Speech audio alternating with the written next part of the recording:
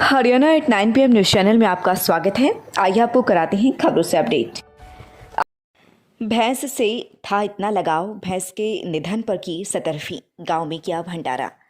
बेटे से 2 वर्ष बड़ी थी भैंस भिंडी, 22 साल पिया दूध, इसलिए परिवार के सदस्य जितना ही था लगाव। आसपास के विभिन्न गांव के ग्रामीणों व पशुपालकों ने भी लिया हिस्सा। सोहटी गांव में जय भगवान उर्फ लीलू का अपनी भैंस के साथ इतना अधिक लगाव हो गया कि वह भैंस को परिवार का सदस्य ही मानने लगा। लेकिन हर पशु के जीवन की समय सीमा होती है। करीब 17 दिन पहले उसकी इस भैंस की मौत हो गई। भैंस का नाम भिंडी रखा हुआ था। बताया जाता है कि इस भैंस के भिंडी की तरह आकर्षक एवं सुंदर सींग थे। जय भगवान का कहना है कि उसके भाई की रिश्तेदारी लोहा माजरा से इस भैंस की मां को लेकर आए थे। तो जब कटिया का जन्म हुआ तो कटिया उन्होंने पाली। तो जब से अब तक करीब 22 से 23 वर्ष से इस भैंस को पाले हुए हैं। जय भगवान का बड़ा परिवार है। जब भी परिवार की कुशल क्षेम की बात होती तो इस भैंस का भी हालचाल पूछा करते थे। भैंस का जब अंतिम संस्कार आया तो जय भगवान व उसकी पत्नी पिंकी को बहुत दुख हुआ। दोनों ने भैंस की खूब सेवा की। जब उसका निधन हुआ तो अपने घेर में भैंस को दबाकर अंतिम विदाई दी। मंगलवार को 17वीं के अवसर पर गांव में जलेबी व सब्जी पूरी का भंडारा किया गया। गांव निवासी अजय का कहना है कि वे अब 21 वर्ष के हैं, लेकिन उनकी ये भैंस उस समय कटिया थी जो उनसे कुछ एक साल ही बड़ी है। इस भैंस ने अधिकतम 22 लीटर दूध दिया है। इस भैंस ने अधिकतर कटिया दी हैं जो गाँव के कई परिवारों में है, जो अपनी माँ भिंडी पर ही गई हैं। गाँव वासियों की आशा है कि इसी तरह से इनका भी इतिहास होगा।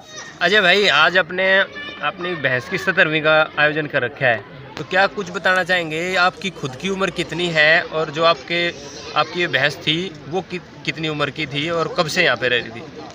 मेरी उम्र तो 21 साल है और मैं तो जब पैदा भी नहीं हुआ था जब से पहले की ये 25-26 बार तो ब्याह हुई इनकी।